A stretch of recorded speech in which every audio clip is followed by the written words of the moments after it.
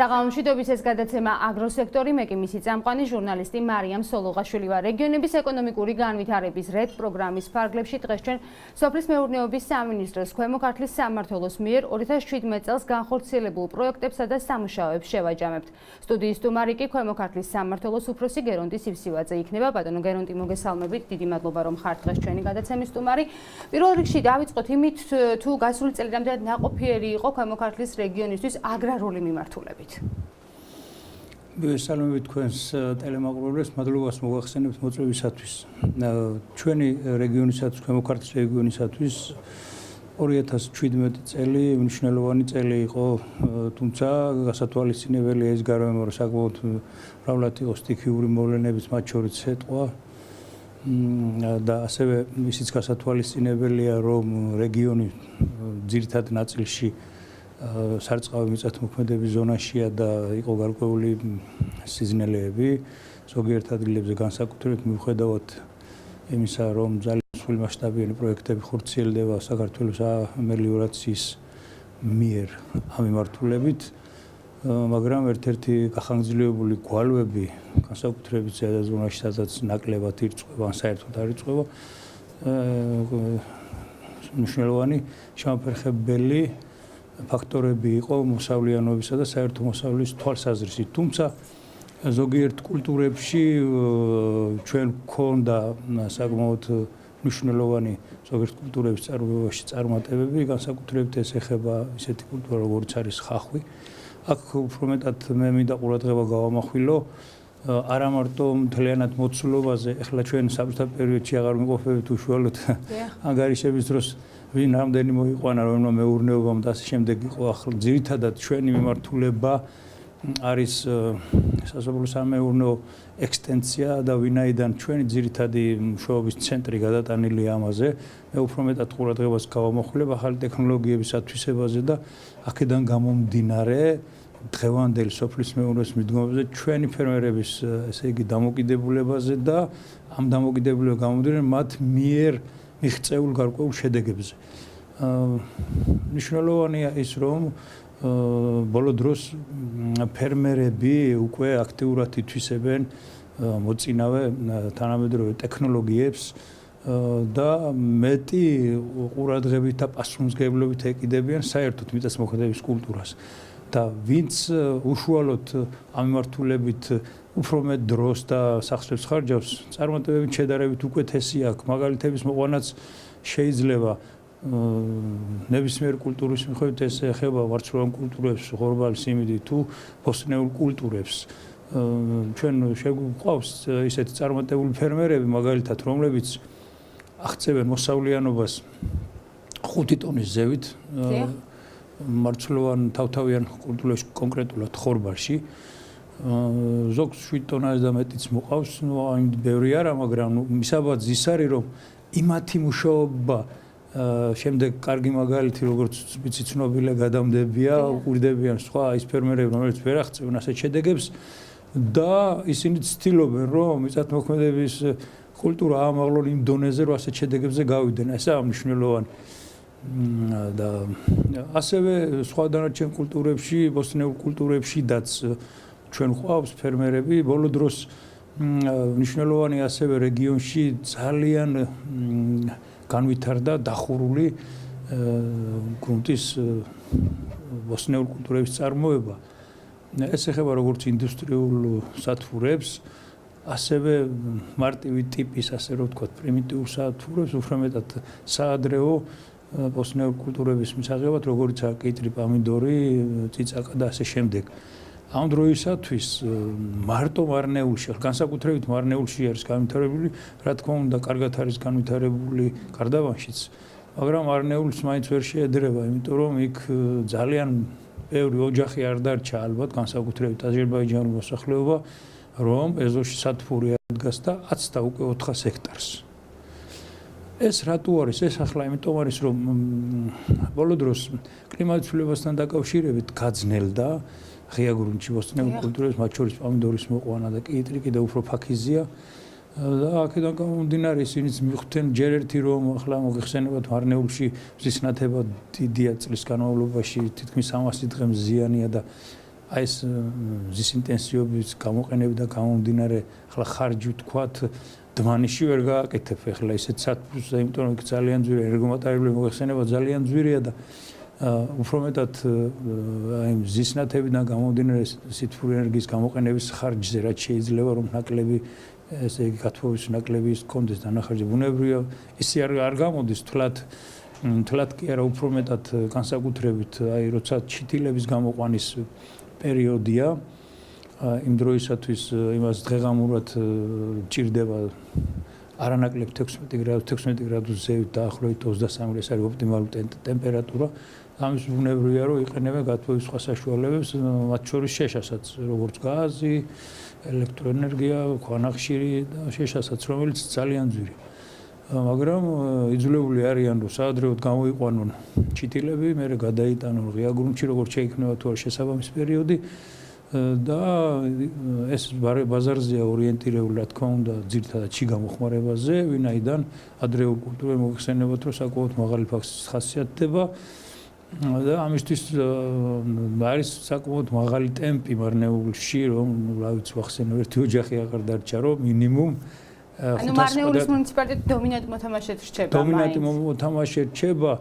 გარკვეული ძალიან მნიშვნელოვანი მრავალი მიმართულებით დამახასიათებელი თვისებები აქვს ამ სოფლის მეურნეობის თვალსაზრისით მარნეულს და ასევე ნაყოფიერი მიწებიდან გამომდინარე კიდევ ახსენ ერთ-ერთი ფაქტორი ყველაზე მნიშვნელოვანი რაც მზის სითბური ენერგიის გამოყენება და ჩვენთან უკვე საკმაოდ მაღალი ტემპით ვითარდება ასევე ისე მზის ენერგიაზე მომუშავე სათბური რომელსაც არავითარი გათბობა არ ჭირდება გარდა მზის ენერგიისა ეს გარკვეული სისტემის სათბურები არის და ეხლა დღეისათვის უკვე 3 ჰექტარზე არის ეხლა 3 წელიწადია ეს რო განვითარდა და მათ შორის უნდა იცოდეთ ჩვენო ფერმერებმაც და მოსახლეობამ რომ მარნეულში სოფელ შულავერში პატარა სოფელია იქ არაფლო იქ გაკეთდა ჩინეთის ერთ-ერთი პროვინცია ესე იგი კომპანია სოფლის მეურნეობის რომელმაც ჩინეთში ძალიან განვითარებულია ეს ძლიერ განვითარებულია ეს მზის ენერგია და ჰუანგის ის არის პროვინცია სადაც შეარჩიეს ამათმა გაფორმებული არ ურთიერთშეგუება მოგეხსენებათ ჩინეთთან ჩვენ სახელმწიფოს აქვს ინტენსიური ეკონომიკური კავშირები და ჩამოსული იყვნენ რამდენიმე თქვათ 3 წლის წინ და შეარჩიეს ეს მარნეულის ადგილი და ჩვენ სამეცნიერო კვლევით ცენტრს ჩინური ინვესტიციით ჩვენი ერთობლივად აშენდა იქ სასწავლო ცენტრი სადაც ათასობით უკვე დაინტერესებულმა პირმა სტუდენტმა და კლეხმა თუ ფერმერმა გაიარა იქ გარკვეული ასე რომ თქვათ კონსულტაციები სემინარები და ასე გრძელდება და გაგრძელდება. აღსანიშნავი არის ასევე მეცხოველეობის მიმართულებით. მეცხოველეობაზე ჩვენ აუცილებლად გადავალთ. ბატონო განოდი თქვენ ახსენეთ სტიქია 2017 წელს განსაკუთრებით დაზარალდა მაშინ მანისისა და ბოლნისის მოსახლეობა და განსაკუთრებით დიდი ფერმერები. საინტერესოა ამ ადამიანების დახმარება მოხდა თუ არა მათ უმეტეს ნაწილს საკუთარი ფართობები ჰქონდათ დაზღვეული. რამდენად მოხდა დროულად აი ამ ხარჯების ანაზღაურება თუ ხართ საქმის კურსში? რა თქმა უნდა ნაწილობრივ ვარ საქმის კურსში სრულად არა იმიტომ რომ ახლა იქ გარკვეული თავისებური პროცედურებია რომელიც შეიძლება დღესაც არ არის დამთავრებული რაც შეეხება ყველაზე მეტად ჩვენგან ახსენებს სტიქის შედეგად დაზარალდა ბოლნისის მსხვილი ფერმერები რომლებიც ძირითადად განთავსებული არიან დისველის მასივში რომელიც 4000 ჰექტრამდე სახნავს მოიცავს ეს და ყავს ჩვენ იქ მაშინაც ვახსენეთ ჩვენ ქონა გადაცემაში მონაწილეობდი მაშინაც სტიქის შემდეგ იქ დიდი ფერმერი ბადრი გოგოლაძე რომელიც საკმაოდ მაღალი დონის ფერმერია და ყველაფერს ისე თulis მაღალი პროფესიონალის ავლენს ყველა მიმართულებით რასაც ხელს კიდებს ძალიან წუხდა მაშინ და ალბათ ისიც გამახსოვრებათ რომ იქ მოსახლეობაც იქ არის აჭარისგან ჩამოსახლებული ეკომიგრანტები პატარა სოფელია იქ დისველში და ძალიან წუხდა რომ ხეხილი მენახი და ასე შემდეგ აქვთ იმას პატარ-პატარა ნაკვეთები და მე მაშინაც ვახსენე რომ არ არის დაუყოვნებლად მდგომარეობა განსაკუთრებით ბადრის სიმინდის დაუზიანდა 5 ჰექტარზე და ხორბალი მნიშვნელოვნად დაუზიანდა დაახლოებით 40% ზოგან 50-იც საშუალოდ 45%-საც გადააჭარბა საერთოდ თლიანად ის 600 ჰექტარზე ჰქონდა დათესილი მაგრამ მას გაფორმებული ქონა ერთ-ერთ სადაზღვევო კომპანიასთან ხელშეკრულება დაზღვევის შესახებ და მე როგორც ცნობილია სულად აინაზღა ის ზარალი რაც მან განიცადა ზარალი და ასევე ის ფერმერები ვისაც დაზღვეული ქონდა ყველას არ ქონა დაზღვეული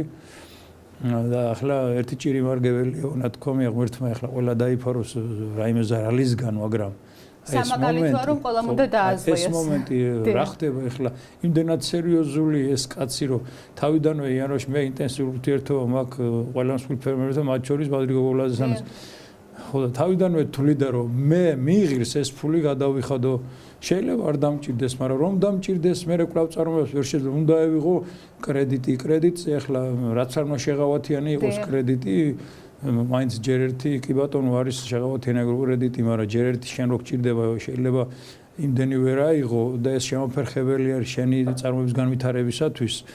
და მე შეიძლება სერიოზული მიზეზი გახდეს ეს ფინანსური რესურსების არადროული უზრუნველყოფა ან არასაკმარის უზრუნველყოფა შენი წარმოებისთვის და თუ იქ ასე თანმიმდევრულად არ ვითარდები და თან იმას სამუშაოებს ვერ შეასრულებ შენ აგროტექნიკური ვადების მიხედვით მაშინ ვერ მოიგებ სოფლის მეურნეობაში ძალიან რთულია იმიტომ რომ გარდა იმ სტიქიურ მოვლენებს კიდევ არის უამრავი ფაქტორები უბრალოდ პატარა შეცდომას არ პატიობს სოფლის მეურნეობაში. კარგით ბატონო გერონტი გადავიდეთ ახლა უფრო დეტალურად სფეროების მიხედვით. საინტერესო 2017 წელი რამდენად ნაყოფიერი იყო ვეტერინარიის მიმართულებით და აქვე საინტერესოა საომოლო გეგმები 2018 წელს რაიმე სიახლე ხომ არ იგეგმება სახელმწიფოს მხრიდან. რაც შეეხება მეცხოველეობას, რაც შეიძლება მოკლედ ვიტყვი, ერთი ტენდენცია შეიმჩნევა ჩვენ რეგიონში მეცხოველეობის მხრივ, განსაკუთრებით ხორცზე და ცოცხალპირეთსაც გაიზარდა ექსპორტი. და აქედან გამომდინარე, რომ მოთხოვნილება იზრდება, ფასიც რა თქმა უნდა იზრდება, ფერმერები დაინტერესდნენ და ფერმერებმა უკვე დაიწყეს აქნამდე თუ 2-3 წლის წინ მაგალითად ძალიან ისე ზერელეთ ეკიდებოდნენ, თქვა თანამედროვე კომბინირებულ და ვიტამინიზირებულ და დაბალანსებულ კვებას. ეხლა რადიკალურად იცვლება თანდათან მდგომარეობა, გაჩნდა მოთხოვნილება კომბინირებულ საკვებზე, გაჩნდა ძალიან ბევრი უკვე მარნეულის ბაზრების ირგვლივაც და ძალიან მარნეულის გასასვლელის შესასვლელის ყველგან კომბინირებული საკვების სარეალიზაციო ცენტრები, მაღაზიები გაჩნდა ძალიან ბევრი, ამასთანავე ჩვენთან ჩამოდიან ისეთი ფირმების წარმომადგენლები მათ შორის უკრაინიდან, ბელორუსიიდან, ასე შემდეგ ჩვენ და აცნობენ ჩვენ ფერმერებს თავის წარმოების არ არის დიდი ხანი ერთ-ერთი კომპანია იყო ჩამოსული, რომელიც პრაქტიკულად არის საქართველოში, მაგრამ დონეზე არ არის განვითარებული მინერალების ნაკრები მარილთან ერთად, რომელიც ახლა თავიდან ფასი რო თქვა, იმან ახლა ხარ დავსახელები ფასს მე რეკლამა რო არ გამომივიდეს, მაგრამ ფასი რომ ახსენა იმან თავიდან ეძვირათ, მაგრამ რომ დაუკვირდა, ანუ 1 ლარი ჯდება, ანუ ასე რომ ვთქვათ, მაინც ის გამომიდის დღეში ვთქვათ 1 ფურზე, მაგრამ რო იანგარიშეს ფერმერა მესამე-მეოთხე დღეს თუ არ არის ძვირიო, იმიტომ რომ თუკი რაც იმას უწერია, იმ შედეგს გვაძლევს ეს სულაც არ არის ძვირიო, ჩვენი სადაც გვეხარჯება, მაგდენ ანუ ესე იგი გაჩნდა ფერმერში ეს რომ თანამედროვე საკვები იქნება თუ ეს ტექნოლოგიები აითვისონ ასევე არის რომ ძირითი ტემპით მიდის უკვე მაღალპროდუქტიული საზოგადოებრივი ჯიშების სეთები როგორც ჰოლშტეინი, შვიცი და ასე შემდეგ არ არის დიდი ხანი რომ ეხლა იქ ჩვენ ყავს ძალიან ერთი წარჩინებული ფერმერი კიდევ დარიჯან კანთელაძე წალკაში და შემოიყვანა ესტონეთიდან წითელი ჯიშის მაღალპროდუქტიული მიუხედავად იმისა რომ თვითონ ანძლი წლების მანძილზე 25 წელზე მეტი არის ეწევა საქმიანობას და თავისი ჯიშის წყალს გამოყვანილ და ეხლა მიდის მუშაობა მაგისტვის რო დაარეგისტროს როგორც ჯიში ეს, მაგრამ მიუხედავად ამისა მაინც ორიენტაცია იყო მაღალპროდუქტიულზე, მე კიდევ რო იმასთან ერთად იმუშაოს და კიდევ უფრო რო გააუმჯობესოს. ეს და ასეთი ფერმერები ყავს ჩვენ, რომელიც ასე რომ ვთქვათ, მაგალითს აძლევენ იმ სხვა დანარჩენებს, ამასთანავე მეცხოველეობაში რუსთაველის ფონდს ჰქონდა ჯიშობრივი გაუმჯობესებისათვის პროექტი, რომელიც დღეისთვის დასრულებულია და 70 ფონდია მიღებული შეჯვარებით, ანუ მაღალპროდუქტიული ბიოლოგიური მასალის შედეგად ხელოვნური განაყოფიერების შედეგები ძალიან იმედისმომცემია და ძალიან სასიხარულოა, იმიტომ რომ ახლა ის ხმოვები, რომელიც თქვა შარშანამ დროს რო დაიბადნენ, ხო? ერთი წლის არიან და ცოტა ხანში უკვე განაყოფიერებას დაიწყებენ თვითონ. ჯერ არა გვაქვს ჩვენ ამის შედეგი, იმიტომ რომ ასაკიდან გამომდინარე, მაგრამ გაის ამ დროს უკვე მე შემეძლებინება თქვა სერიოზულად, რომ აი ამ ფონდის მიერ ამ ჩატარებულმა ღონისძიებამ აი შედეგი გამოიყო, რომ ყავდა მაგალითად ფერმერს პური, რომელიც იძლეოდა დღეში 10-12 litrას, ახლა იძლევა 20-22 litrას, 25 litrას და წარმოიდგინეთ ახლა იმ ერთ სულ საქონელს დიდია თუ პატარა დაახლოებით ერთნაირი მოვლა ჭირდა, ცოტა შეიძლება საკვებში იყოს სხვა დანარჩენი, სულ ყველაფერი ერთნაირი ჭირდება და ორჯერ ნუ ვილაპარაკებ, თქვათ ნახევარჯერაც რო გაიზარდოს პროდუქტიულობა, ის უკვე სუფთა მოგებაში მიდის. და ეს უკვე ესმის ფერმერებს და ყავს ასეთებიც ჩვენ მისასალმელია, ყავს იქ ფარნეულში უშუალოდ ავტომშველიძია, რომელთანაც უკვე ზებუზე შეჯვარებულები არის. ჩვენ ყავს ყულარის ადმინისტრაციულ ერთეულში არის ეს კაცი, ვისაც მევასახელება, ადრე სახელმწიფო მოხელე იყო და წავიდა, დავიღალე ამ სახელმწიფო სამსახურში, წავიდა და გააგედა რომ იხოლ გაგეხარდება. ძალიან პრიმიტიული მაგალითია და რა თქმა უნდა, იმიტომ რომ ის წარმატებული პიროვნება იყო, ეს მამუკა დოკვაძე ასეთი პიროვნება, რომელიც სახელმწიფო სამსახურებში მუშაობდა წლების მანძილზე და რო თქვა რომ აღარ მინდაო მუშაობა უკვე გადავიღალე რაღაც გამიჩნდაო თან ისეთი მიდრეკილებები ეგ ნადირობა უყვარს, ბუნება უყვარს, ასეთი რამე უყვარს და წავიდა და აი რომ მიხვიდა იმის ფერმაში სრულიად პრიმიტიული შენობა, რომელიც კეთილშობილი რის შეიძლებოდა და 5 ჯიშის სხვადასხვა, ესე იგი მაღალპროდუქტიული და აკვირდება და ამის წინ ვიყავი და მეუბნება რომ მე რო აკვირდები ამ პირობებისთვის, რაც მე პირობები შვიცია ყველაზე მისაღები, ჰოლშტეინიც ყავს, ფლეკვიც ყავს, ჯერსი და რა ვიცი, ყველა ის ჯიშები, რომელიც აი მისაღებია ჩვენ რეგიონისთვის და მაღალპროდუქტიულია და სასიხარულო ასეთი მიდგომა. ეხლა აპირებს თანამედროვე ფერმის აშენებას და 200 სულამდე გაზდას. პირუტყვისას ახლა ჩვენ მოგვიხსენებათ რომ ჯერ ერთი ყველა ფერმერი ვერ იქნება.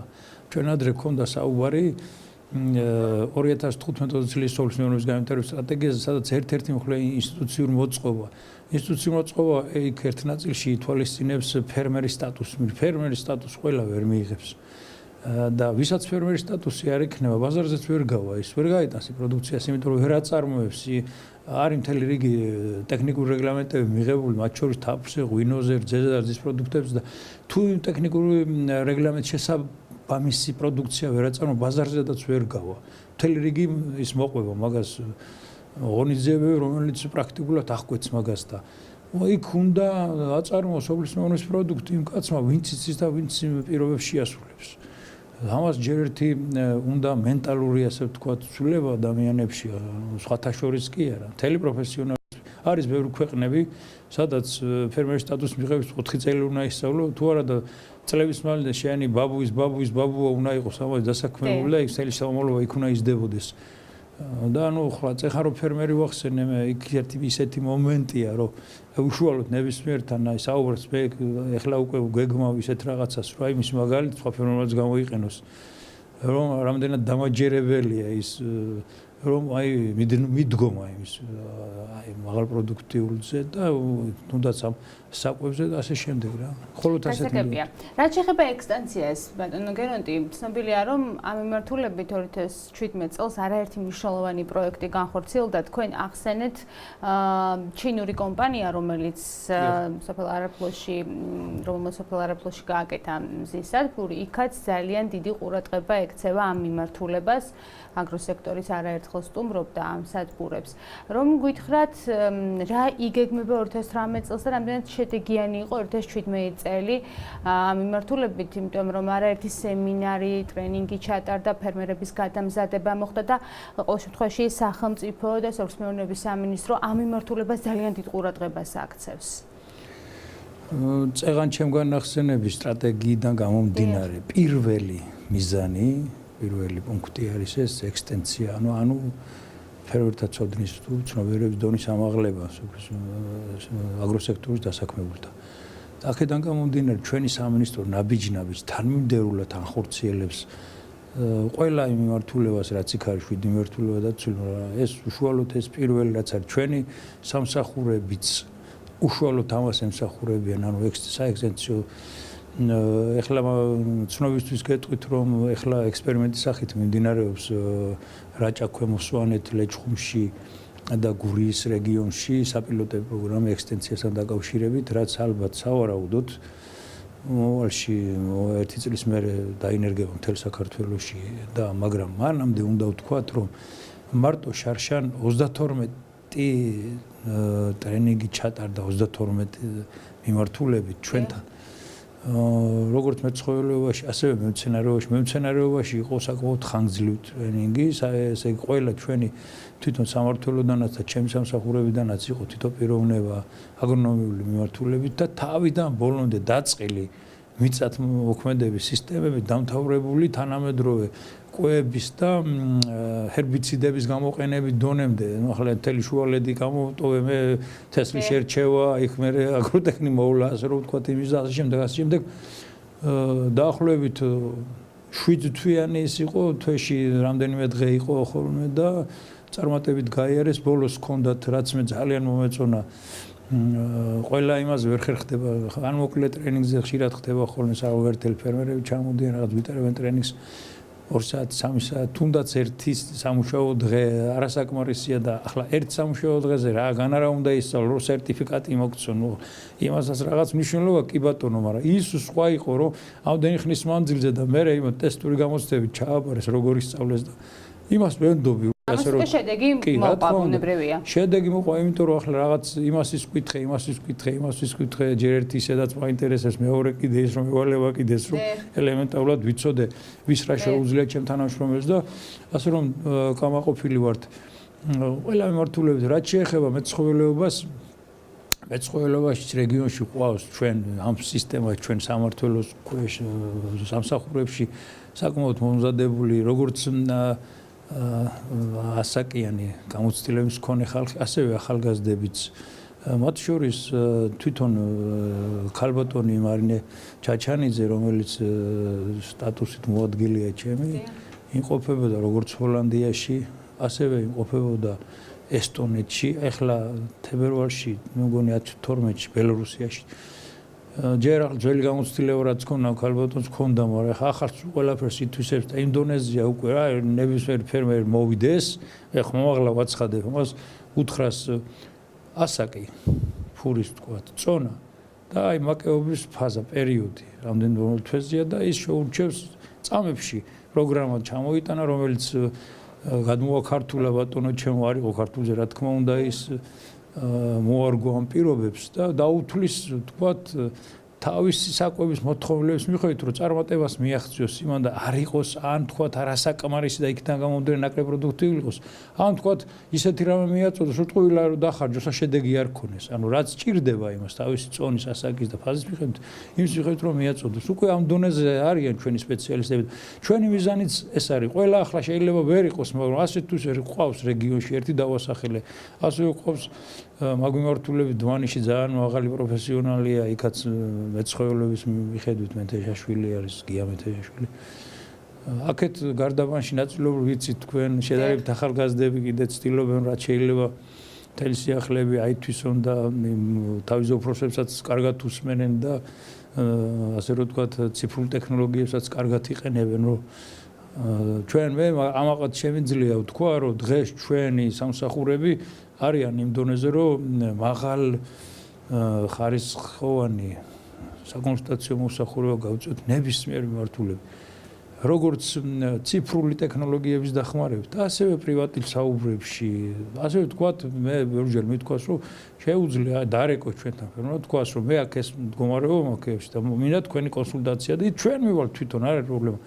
ჩვენ ექსტენსია ვახსენეთ ასევე მინდა ვახსენო რომ მობილური ექსტენსიის ისიც ქონდა ჩვენ გასვლები უშუალოდ ჩვენ სამეცნიერო კვლევით ცენტრის თანამშრომლები იყო ჩართული სრულიად და ჩვენ რა თქმა უნდა ყველა მუნიციპალიტეტში 4-დან 5 სოფელში მქონა იქ არა მარტო ტექნოლოგიებზე იყო ასევე პრობლემებიც და ლაპარაკი ფერმერს ვის რა ინტერესებდა შემდეგ ჩვენ მოვახდინეთ ბატონო ჩემო მოდიფიკაცია იდენტიფიცირება მოდიფიკაცია და მიწოდება ჩვენ სამინისტროზე და მე ეს ითვალისწინებენ ამას ან თქვა უშუალოდ რა ინტერესებს იმას ან თქვა რა პრობლემა აქვს და ამ ეტაპზე როგორ შეიძლება მის მოგვარება მსჯელობები და ასე შემდეგ და კვლავ ეს საქმიანობა მომავალში და თქვენი კითხეთ რა არის დაგეგმილი მომავალში და ნაწილობრივ მე იმით გავიცი პასუხი რომ ის უშუალოდ საპილოტო პროგრამა მიმდინარეობს და მომავალში მოსალოდნელია საერთოდ ჩვენ სტატისტიკური ჩამოგცილდეს იმიტომ რომ ჩვენთვის ჯერ ერთი არც ერთ კანონს არ აქვს დავალებული სტატისტიკური მონაცემები ვაგროვებთ მხოლოდ ჩი გამოხმარებისთვის რა თქმა უნდა ეს გარკვეულ დოზით მაინც იქნება იმიტომ კვლევებისთვის დაგჭირდება ჩვენ თვითონ ეს რო აი თქვა თუნდაც ახალი ტექნოლოგიაზე გაუწიო შენ კონსულტაცია და მე ამის მონიტორინგი უნდა განახორციელო რამდენად გამოადგა რამდენად გამოიყენა და მე ეს შედეგი შეიძლება განაზოგადო აქედან გამომდინარე რომ მე შესაძლებელი იყოს თქვათ ადმინისტრაციული ერთეულია თუ მუნიციპალიტეტია თუ რეგიონია იმასთან გარკვეული კვლევები დაგჭირდება და ინფორმაცია შეგროვება მაგრამ რაც შეეხება ისეთ სტატისტიკურ მონაცემებს ახლა იმ რამდენიმე იყო ან მე ციფრები ვაჯამოთ რაღაცა არა ეს უშუალოდ თვითმმართველობის კოდექსით აქვს მინიჭებული ამის უფლება თვითმმართველობებს ანუ მუნიციპალიტეტებს და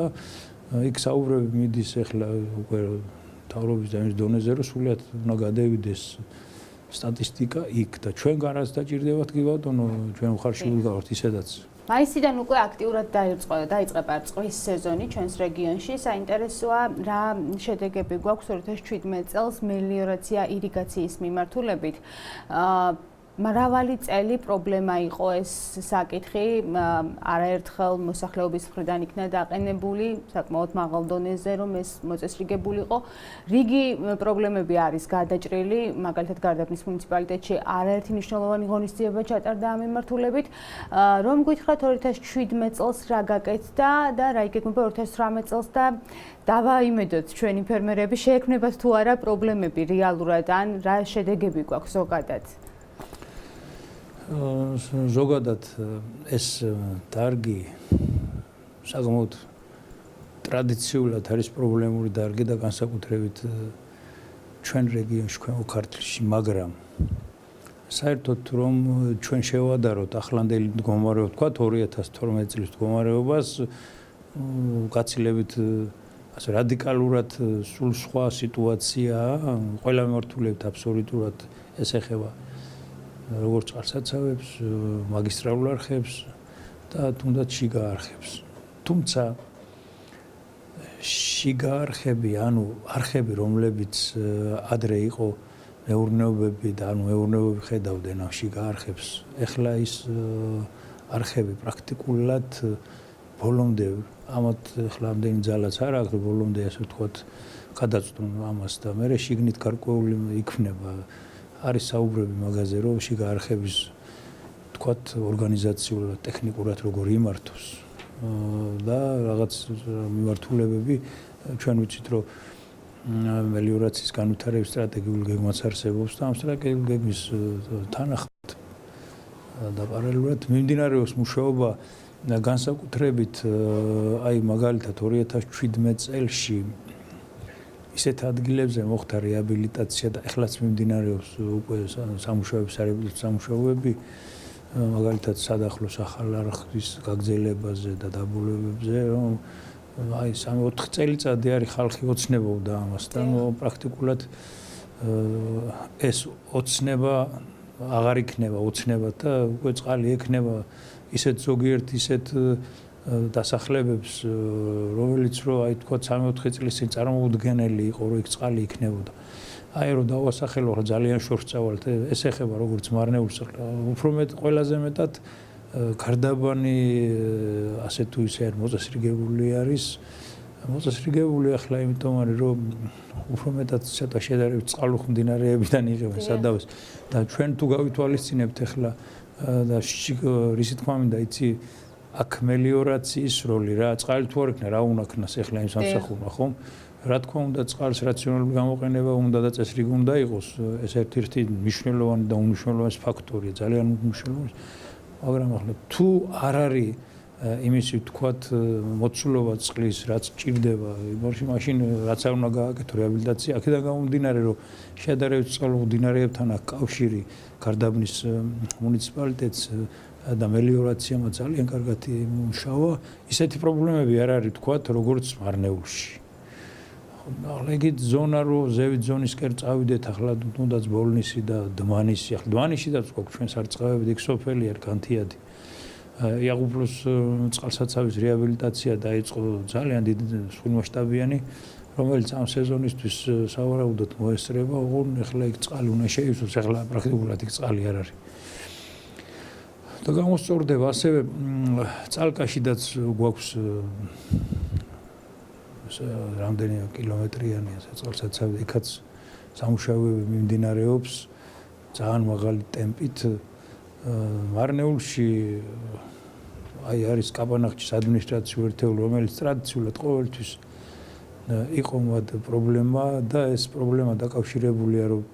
თვითდინებადი არხების ბოლო ადგილია ეს უკვე და ნაკლებად მიდიოდა ჯერ კიდევ კომუნისტების დროიდან ეს, მაგრამ მის შემდეგ მე სისტემა რომ ძალიან განიცადა და დაზარალდა და ვერ მუშაობდა იმ სისტემით, იმ თქვათ მოცულობით ის სამუშაოები, სარემონტო სამუშაოები ვერ ხორციელდებოდა. ბოლოში წყალი თვითდინებით აღარ მიდიოდა, ძირითადად დამოკიდებული არის მექანიკურ სადგურებზე. მექანიკურ სადგურებზედაც ახლა ჯერ ერთი ძალიან ძვირი ელექტროენერგია მოგეხსენება ჩვენთან და ძვირი უждდება, თუმცა სახელმწიფო ჩვენი და მელიორაცია ამაში აფარება, თუ მაგალითად 150 ლარს იხდის, თქვათ 75 ჩვეულებრივ წყალზეა, ჩვეულებრივი თვითდინებადი არხთან თუ დაეწოდება 75 ლარია, იქ 150 არ მექანიკურზე, მაგრამ სინამდვილეში 150 კი არა, სამჯერ 150 ჭირდება, რასაც ნაწილობრივ ფარავს მელიორაცია, ანუ სუბსიდირებას ახდენს ნაწილობრივ ამისას სახელმწიფო პარალელურად და ნუ მაქსიმალურად ეხლა საუბარი არის წყალშემკრებ გაკეთება წყალსაცავებზე, ისეთი წყალსაცავი, ერთ-ერთი წყალსაცავი, რომელიც უნდა შერჩეულია ადგილად დაპროექტებაც არის თეთრი წყაროს მუნიციპალიტეტის ტერიტორიაზე ხრამის პირზე იქ სოფელი არის კოსალარი და რომელიც 11,000 ჰექტრით გაზდის სარწყავ შესაძლებლობებს მარნეულის და ბოლნისის ტერიტორიაზე, იქიდან წამოსული წყალი. ვახსენე მე წყალი იქ ძალიან ისეთი მდინარე, როგორიც ახლა ალგეთია, 3 წელიწადია უყურებ მე ეს წყალსაცავი 58 მილიონი კუბომეტრ ტეოდობის, რომელიც არ შევსილა, ნახევრადაც წელს კიდე მოიხსენებათ პრაქტიკულად კვალიფიანი, ახლა ვალვა პროფესიონალურად ცოტა უხერხულიც არის, რომ თქვას ზამთარზე გვანა, ნუ რა ვქნათ, უწყლო ზამთარი და ანუ უნალექო ზამთარია ფაქტიურად, აი უყურებთ გადის თვეები და გაზაფხულზე წამოსული წყალი ვერ ყოფნის იმას და ეს იწვევს თავისთავად ცხადიარი იმას, მაგრამ ჩვენი სამინისტრო და ეს მელიორაციაც იმ პერსპექტიული გეგმიდან გამომდინარე სამუშაოებს აწარმოებს და პარალელურად ყოველდღიურად უმჯობესდება ყველანაირი მიმართულებით სარწყავი წყლის მიწოდება, შიგა ინსტიტუციური მოწყობები, რეაბილიტაცია თავისთავად რეაბილიტაციები, რასაც აი თქვა 3-4 წლის ვერ წარმოვიდგენდა კაცი, რომ თუ იმას ვინმე საერთოდ მიიხედავდა, ისეთ რაღაცეები კეთდება. გასაგებია. კარგით, აზიურ ფაროსანაზე მინდა გკითხოთ, ამ მავნებელს ბუნებრივია გვერდს ვერ აუვლით. დასავლეთის შემდეგ ელოდებიან უკვე სპეციალისტები, რომ ჩვენთანაც აღმოსავლეთ საქართველოში და მას შორის ჩვენს რეგიონშიც გამოჩნდება აზიური ფაროსანა და თუ არის ამ მიმართულებით დაგეგმილი რაიმე ღონისძიებები, თუ არის თქვენი სამსახური მზად მავნებელთან საბრძოლველად, ინფორმაცია თუ მიგაქვთ მოსახლეობამდე, რამდენად არის მოსახლეობა ინფორმირებული, რომ თქვათ მავნებლის გამოჩენის შემთხვევაში რა მანიპულაციები შეიძლება განახორციელონ, რომ არ მოხდეს მისი გამრავლება. დიახ, რაც შეეხება აზიურ ფაროსანას, ჩვენ აზიურ ფაროსანაზე ქონდა გადაცემა, სადაც გავაჟღერე და რამდენიმე კიდევ შემიძლია გავიმეორო. ქვეყანაში არის აზიურ ფაროსანასთან წინააღმდეგ ბრძოლის სისტემა აწყობილი უკვე. სისტემა ეს არის ციფრულ ტექნოლოგიაში აი კომპიუტერული სისტემა. რაში მდგომარეობს ეს? ყველაზე მთავარი ჩვენ ვიცით ეს რა ჭირიც არის ახლა ზოგიერთი ისეთი ქვეყნები რომელიც ამერიკის შეერთებული შტატები არის 20 წელი ებრძვიან ამასთან მთლიანად ვერ აღარ მილიარდობით ზარალი აქვს მიღებული ჩვენმა მოსახლეობამ და ფერმერებმა განსაკუთრებით დასავლეთ საქართველოს ძალიან მსხვილი მასშტაბიანი ზარალი განიცადეს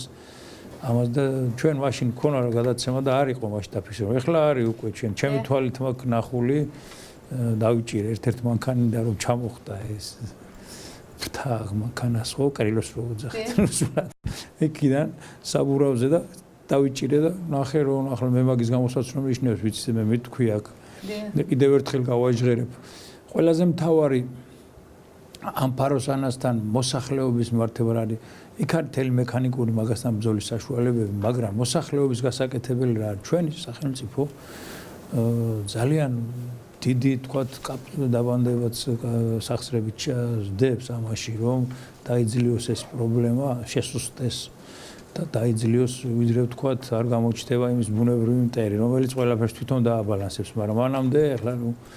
უნდა სერიოზული ინექციები ამას საფინანსო ჩარევები და ახლა ვიცით ჩვენ რომ სახელმწიფო ტექნიკის შეძენისთვის სპეციალური ტექნიკის შეძენისთვის სრულმასშტაბიანი თანხები გამოყო ასევე არის შესაძლებელი საშუალებები ქიმიური საშუალებები მაგრამ მე მოსახლეობას მინდა უთხრა რომ შეტყობინების სისტემა არსებობს თუ შეამჩნევს ჩვენი მოსახლეობა მე თქვენი ეთერიდან კიდევ ვინა მოუწოდო ტელეფონზე დარეკონ 1501 ან დარეკონ ჩვენ სამსახურებში ან დარეკონ მუნიციპალიტეტებში ეს სამივე სფერო ჩართულია ძირითადად ამას მართავს და ამის წინააღმდეგ პრაქტიკულ ბრძოლებს აწარმოებს სურსათის უნებლობა ვიცით ეს სამსახური რაც არის და როგორც არის უშუალოდ იმათ აქვს დავალებული ეს თუმცა ან ჩვენთან ან მუნიციპალიტეტის გამგეობაში მერიაში რომ დარეკონ იმათმა იციან რომ სასწრაფოდ უნდა შევატყობიოთ იმ რაში მდგომარეობს თუ ნახავ წერს და ან ეჭვი შეგვეპარება ან გვეცოდინება იმის გამოსაცნობი ნიშნები იმ წუთში უნდა დარეკონ მე რესურსათის უნებლობას ვაცნობებ ჩვენ თუ ჩვენთან დარეკავენ ის თუ დარეკავენ თქვათ მერიაში მერია ან ჩვენ გვაცნობებს ან იმათო ჩვენ ახლა სწრაფად ძალიან სწრაფად ვაცნობებთ იმას მიდიან ესენი მე სწავლობენ იქ მდგომარეობას აკვირდებიან არის სპეციალური ფერომონები რომელიც მისატყუებლებია ჩამოკიდებენ იმას მე მონიტორინგს აწარმოებენ იმისას ყოველდღიურად და თუ ჩათვლიან რომ კრიტიკული რაოდენობა დაგროვდა განგაშის სიგნალს აძლევენ სადაც უკვე პრაქტიკული ღონისძიებები ტარდება ამის მერე მაგრამ ახლა რამდენი კაციც არ უნდა მუშაობდეს იქ თუ ამ მიმართულებით არის კიდევ სხვა მიმართულებასაც ვიტყვი მე იმიტომ რომ უნდა იცოდე ჩვენ მოსახლეობა მობილიზებული არ იქნა ხო ეგ რამდენი კაციც არ უნდა მუშაობდეს გინ უშუალოდ ჩვენ სამსახურებში და ყველა რო გამოვიდა და სპეცტანსაცმელი ჩავიცოთ და დაუწყდებიან ვერ შევძლებთ მას მოსახლეობა თუ არ იქნება თხილად მით უმეტეს მაშინ როცა ეს სისტემა არის აწყობილი განსაკუთრებული არაფერი არ უნდა შეტყობინება თავის დროზე რა და რაც შეეხება მოსახლეობის უშუალოდ ბრძოლას ვიდრე არ გამოსულა ძირითადად გამოსულას იწყებს 14 გრადუს 15 გრადუსის მერე აიწევს ტემპერატურა პლუს 15-14-ის მერე ნელა-ნელა იწყებს აპრილში გამოსვლას და ახლა თბილ ადგილებში არიან თავშეფარებული რაც შეეხება თვითონ ასეთ ადგილებში იქ უშუალოდ შეიძლება რაღაც ძველი ტანსაცმელი ან ლეიბი ან რაღაცა იქ ჩაუდოთ კარდონის იმაში და ის ფენომენი ვისაც ექნება სურვილი იყიდება კიდეც მისატყუებელი და მერე გავანადგუროთ, ანუ დავწვათ ის მთლიანად და ეს ძალიან დიდი შედეგია, იმიტომ რომ ერთი დედრი 200-დან 300 კვერცხამდე დებს და წარმოვიდგინე 500 ძლევა ზოგი მერე. გასაგებია, კარგით, ჩვენ ამ შევებზე მე აუცილებლად ვისაუბრებთ, კიდე ეს ბოლო კითხვა მინდა დაგიცვათ. საქართველოს სოფლის განვითარების უწყებათა შორის საკოორდინაციო საბჭომ 2018-20 წლების სამოქმედო გეგმა დაამტკიცა, რომელიც სოფლის განვითარებისთვის 69 პროგრამის განხორციელებას ისახავს მიზნად. კონკრეტულად რას ითვალისწინებს ეს სამოქმედო გეგმა? ძალიან ცოტა დრო დაგვჭირდა, იქნებ მოუკლედ მიპასუხოთ. კი, ძალიან მოკლედ ვიტყვი. ეს სამოქმედო გეგმა ითვალისწინებს ძირითადად ჩვენ ვიცით ის ყველა ის პროექტები, რომელსაც სახელმწიფო ახორციელებს იქ არის სახელმწიფოს მიერ ხორციელდება როგორც შეღავათიანი აგროკრედიტის, ასევე დანერგემომავალი, მაგალითად 8 მილიონი არის ამ წლისთვის გათვალის 1200 ჰექტარი უნდა გაშენდეს. იქ არის კოოპერატივების ხელშეწყობა, კოოპერატივების აღჭურვა, მეფუტკრე კოოპერატივების კებით და რაღაც მოწყობილობის საწურების, ასევე მეცხოველეობის ხელშეწყობა, ასევე ძალიან დიდი ყურადღება ისევ გავიმეორებ, რომ ექცევა სწავლებებს. ახალი დამწყები ფერმერების ხელშეწყობას, ახალგაზრდების ხელშეწყობას, ასევე არის იქ მელიორაციაში სარეაბილიტაციო სამუშაოები, ძალიან მსხვილი თანხებია გათვალისწინებული იმ სამოქმედო გეგმაში ჩვენი სამინისტრო ხრივ და კიდევ არის ყველა სამინისტრო თითქმის ისეთი სამინისტრო, რომელსაც შეხება აქვს სოფელთან ჩართული. იქ სოფლის განვითარების ისა 2017-20 წლის სტრატეგიიდან გამომდინარე გათვალისწინებულია კიდე ამ სტრატეგიაში ადგილობრივი განვითარების ჯგუფებიდან ლაგებს უძახიან მაგას ბალტიისპირეთში მოხდა ამის და იქ წასული იყვნენ ჩვენი რეგიონიდანაც მათ შორის და შექმნილია 5 საპილოტე ის არის მთელი ჩვენ საქართველოს მათ შორის თეთრი წყარო არის ჩვენი რეგიონიდან სადაც შეიქმნა 7 წევრია გაერთიანებული მმართველი საბჭო ყავს სადაც ერთ-ერთი ჩვენი თანამშრომელია იქ მმართველ საბჭოში საკმაოდ მაღალი დონის პროფესიონალი ამმართველები ჩვენი საინტერესო პიროვნება რომელსაც სადღაც 1.200.000 ევროს ეკვივალენტის თანხის დახარჯვა არის განსაზღვრული აი აქ თეწყაროში ამ უშუალოდ სოფლის განვითარებაში ეს მოიცავს როგორც უშუალოდ დარგების ხელშეწყობას სოფლის მეურნეობაში, ინფრასტრუქტურულ ობიექტებს, ასევე სწავლებებსაც ბუნებრივია და ის ძირითადი რაც ჩვენი თავარი სტრატეგიული გეგმიდან გამომდინარეობს ამ მიზნების შესრულებას. კარგი, ძალიან დიდი მადლობა ბატონო გერონტი გადაცემაში სტუმრობისთვის, ამომწურავი საუბრისთვის. მე მაყურებელს შევახსენებ, რომ დღევანდელი გადაცემის სტუმარი იყო სოფლის მეურნეობის სამინისტროს ქვემო ქართლის სამმართველოს უფროსი გერონტი სივსივაძე. მე მომავალ 4 შაბათამდე გემშვიდობებით, ნახვამდის.